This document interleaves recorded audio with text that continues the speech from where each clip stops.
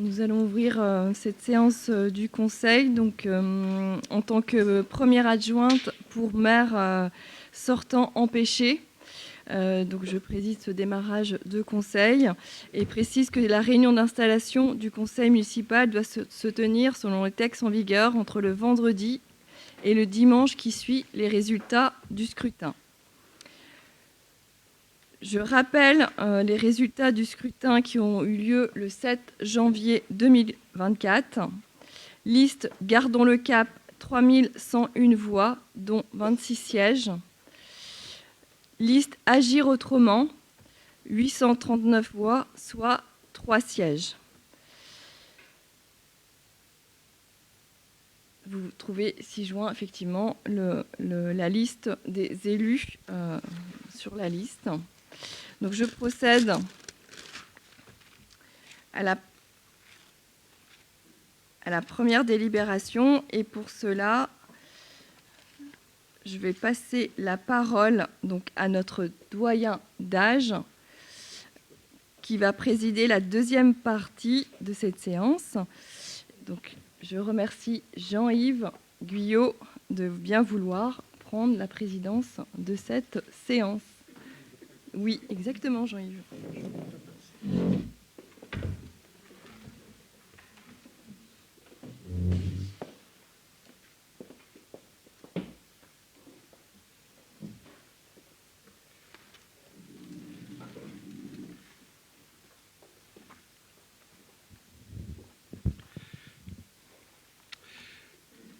Madame la première adjointe, chère Laetitia, Mesdames, Messieurs les élus, Mesdames et Messieurs, dans notre histoire d'hier comme d'aujourd'hui, l'abolition des privilèges a été une revendication récurrente, et singulièrement en Bretagne.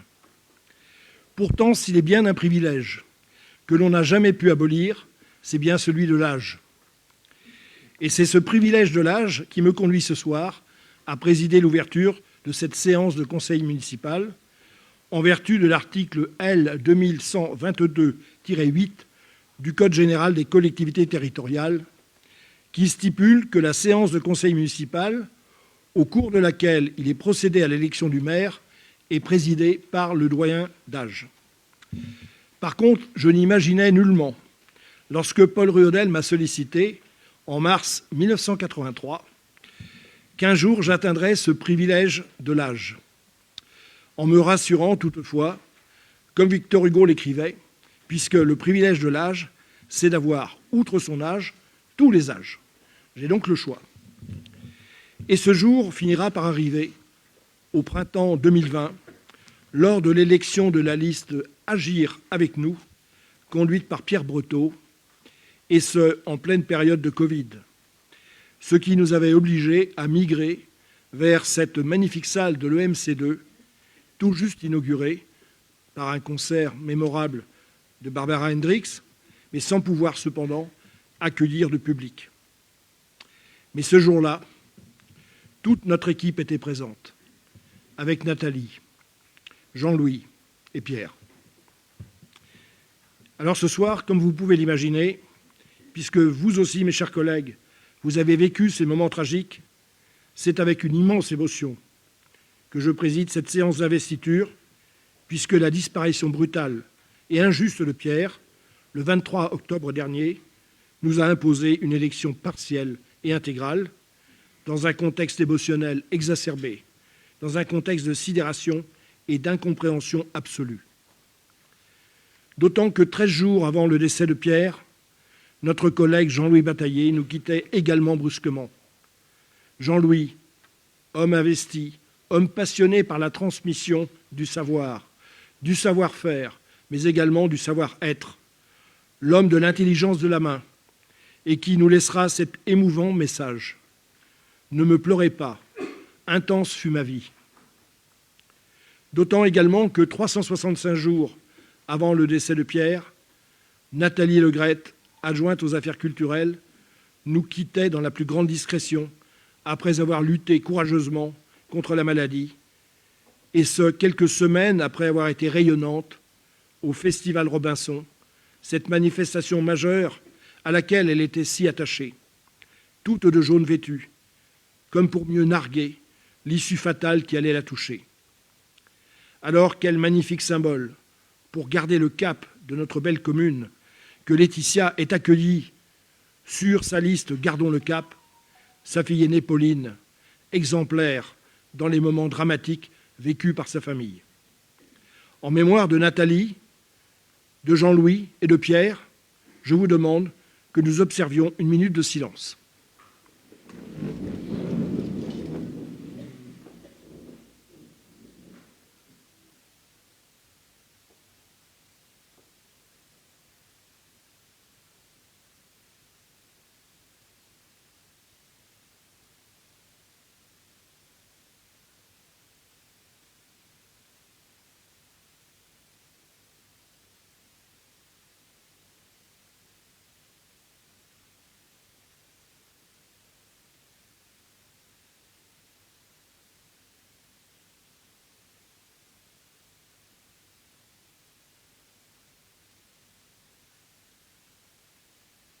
Je vous remercie.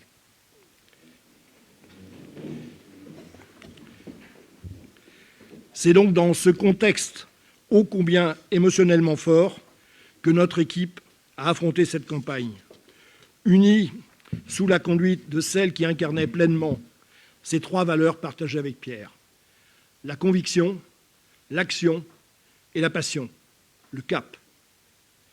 Une fidélité à l'ADN promu par Pierre pour conduire notre commune vers l'excellence, vers l'innovation, l'audace de ses projets, en sachant s'adapter face aux crises financières et sanitaires, et tout en conservant l'identité de notre commune, une identité qui était également celle de mon premier mandat en 1983, puisque la liste conduite par Paul Ruodel s'intitulait « Vivre heureux à Saint-Grégoire », écrit sur le feuillage d'un arbre, tout un symbole.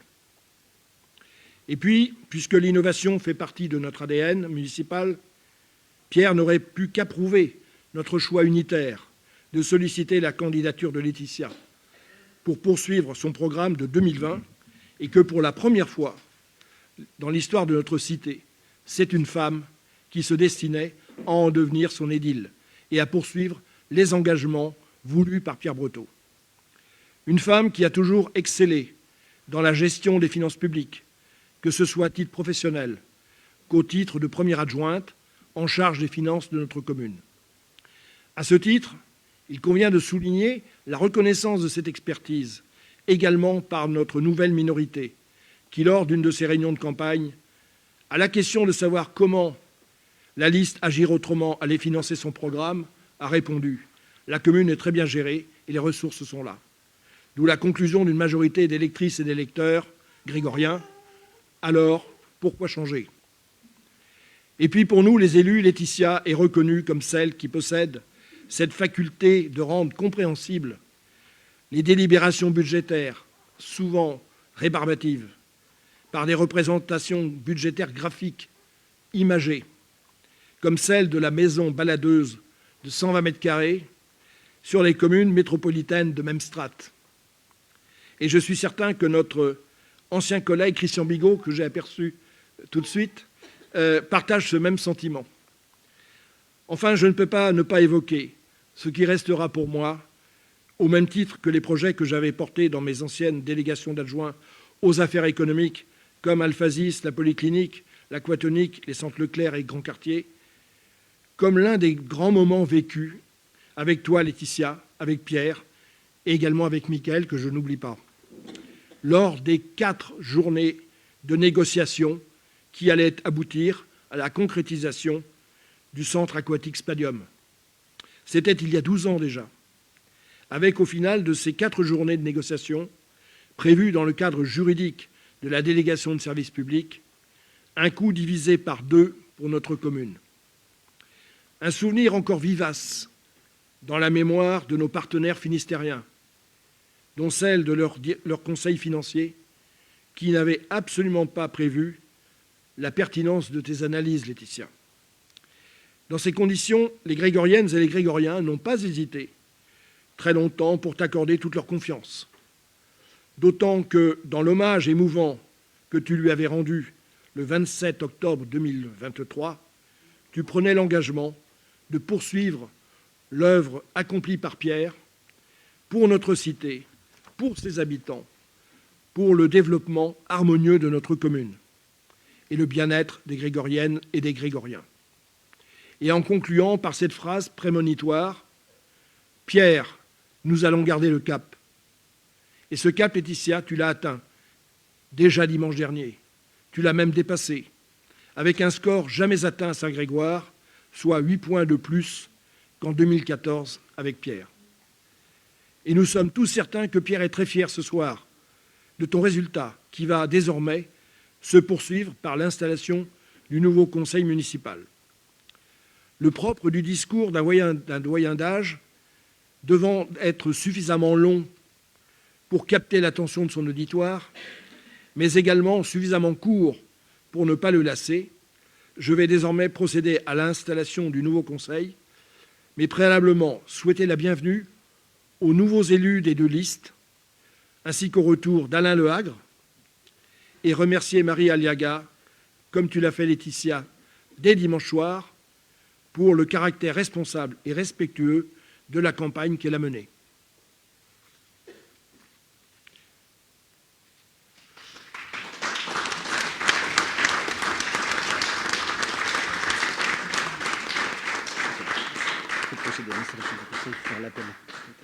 Je fais l'appel. Ah bon. D'accord. Oui, mais d'accord. Donc je vais procéder à l'appel. Aliaga Marie. Présente. Amelot Delphine. Présente. Ampigny Joby. Babès Anka. Benoît Florence. Bigot Yves. Chardine de Lille Lorraine. Schubert Philippe. De France Mathieu. Delaunay Myriam. De Vergy Guillaume. Duciel Christine est absente, à donner pouvoir à Gallier Maxime. Dumotet Éric. Gallier Maxime.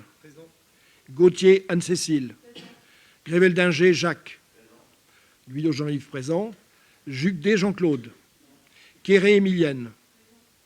Lehagre Alain. Marot Yannick. Méléard Jean-Christophe. Morel Christian. Pasquet Nathalie. Remoissonnet Laetitia. Roux Emmeline. Roussel Frédéric. Simon Mélanie.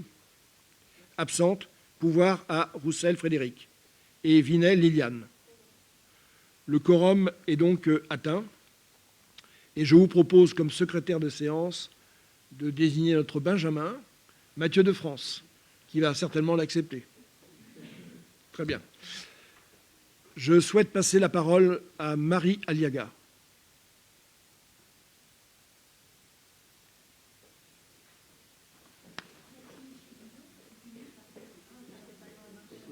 Ça marche pas, Marie. Attendez.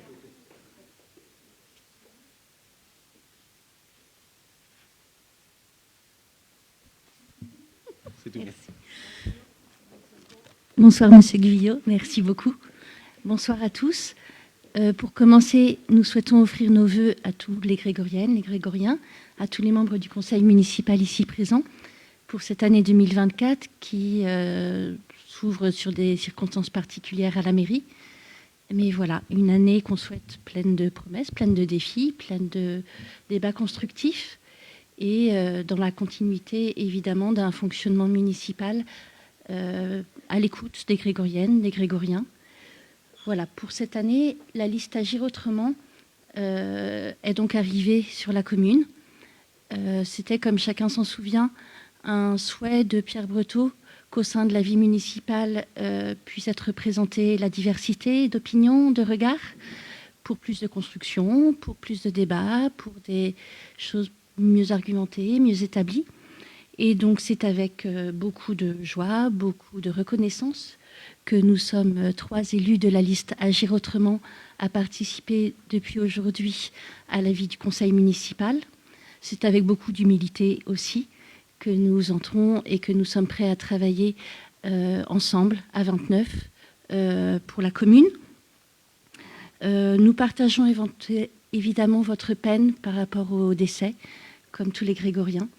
Nous savons combien Pierre Breteau était apprécié de toute la population. Nous savons combien Nathalie Legrette aussi était investie.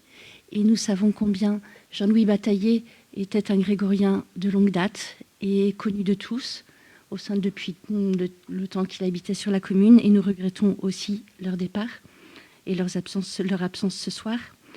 Nous partageons, évidemment, même si d'une façon différente, les valeurs que vous avez énoncées, M. Guyot, et défendues par Pierre Breteau en termes de conviction, même si nous ne partageons pas toutes les mêmes convictions que certains d'entre vous. C'est cependant parce que nous avons des convictions fortes que nous sommes ici ce soir tous les trois, et que 839 grégoriens ont apporté leur vote pour notre équipe ce soir. Nous sommes aussi pour l'action.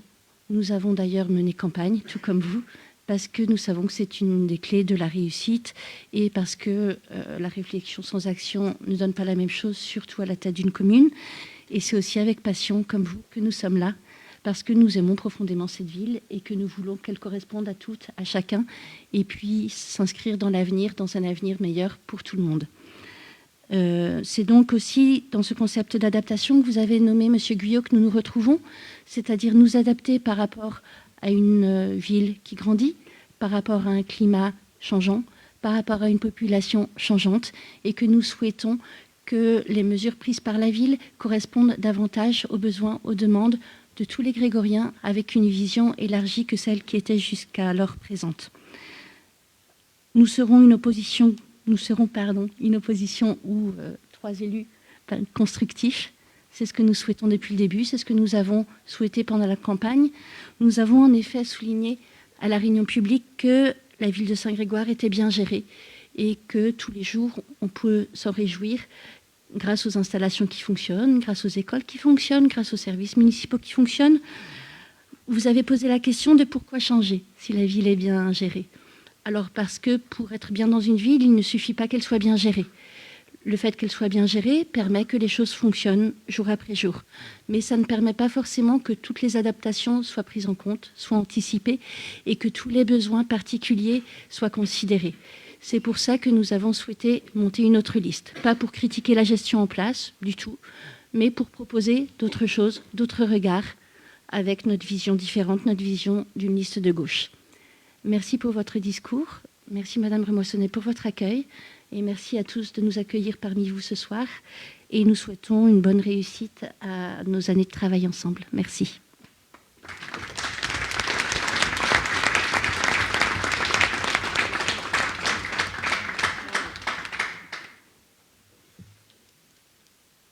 Je reprends le micro, ça sera mieux. Je reprends donc la parole pour vous indiquer que j'ai reçu la candidature de Madame Laetitia Remoissonnet. Y a-t-il d'autres candidatures éventuelles? Je suis candidate aussi à la candidature de maire. Très bien. Donc, nous aurons 2 femmes. Donc, obligatoirement, nous aurons une maire féminine. Donc, je vais demander maintenant donc à Madame Aliaga aussi s'ils veulent bien nous donner un nom pour un assesseur pour composer le bureau de vote, sachant que pour la majorité, j'ai reçu la candidature d'Anka Babès. Ce sera Émilienne Quéré. Très bien. Donc on va passer...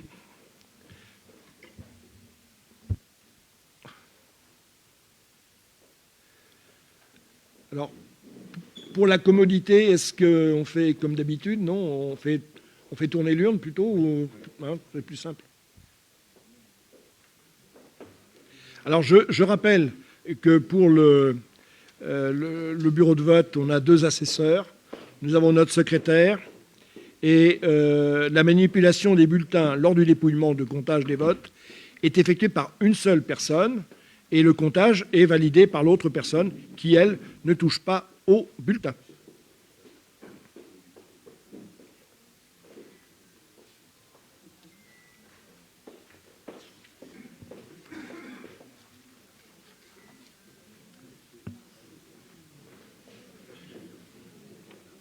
Donc ça, c'est moi.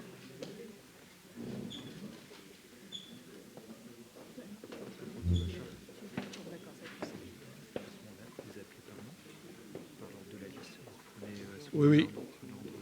Bah, c'est lequel, il est où?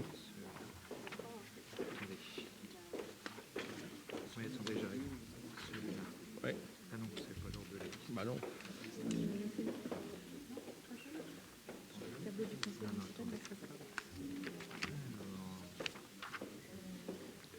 Bah non, c'est pas cette liste-là. Oui. Oui, oui.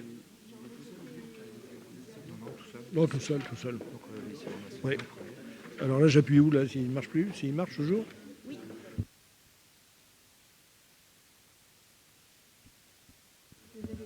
C'est bon. C'est bon. Bien. Alors, Laetitia Remoissonnet. Ensuite, Éric Dumotet. Liliane Vinet. Morel Christian.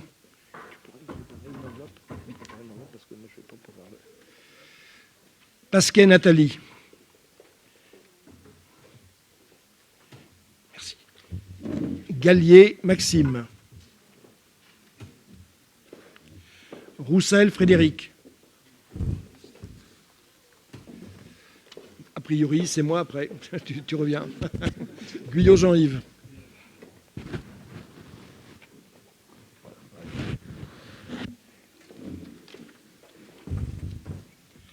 Alors, c'est où ça? La liste. Amelot Delphine. Bigot Yves. Je vais trop vite. Bigot Yves. Ah, il a changé de place. Voilà, il y a des problèmes là, dans la liste. Il y a un mélange.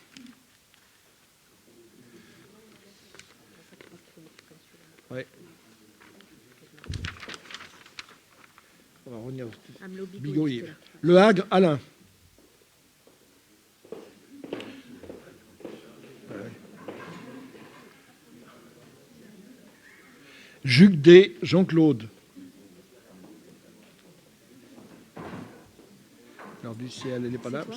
Non, c'est pas moi. C'est Maxime. Maxime Gallier pour Christine Duciel.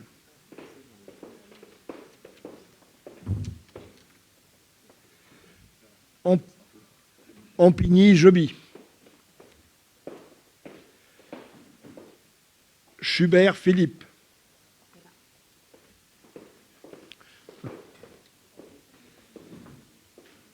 Benoît Florence.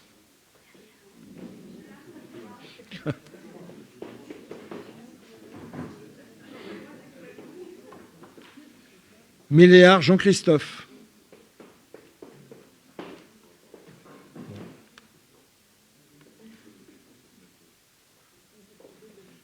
Grével-Dinger Jacques.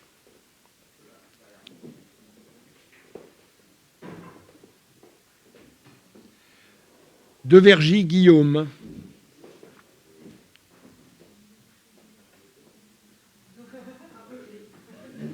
Roux Emmeline.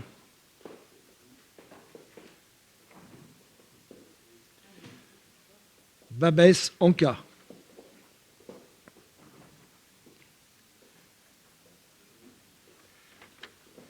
Gauthier Anne-Cécile.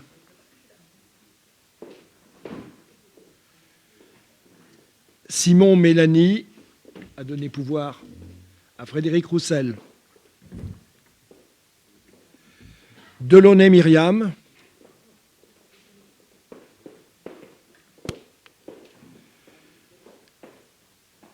Chardine de l'Île-Lorraine.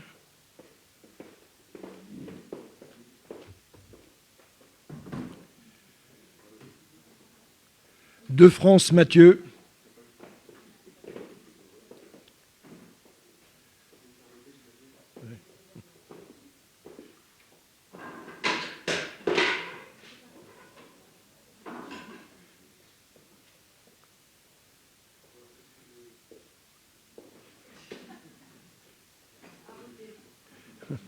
Marot Yannick.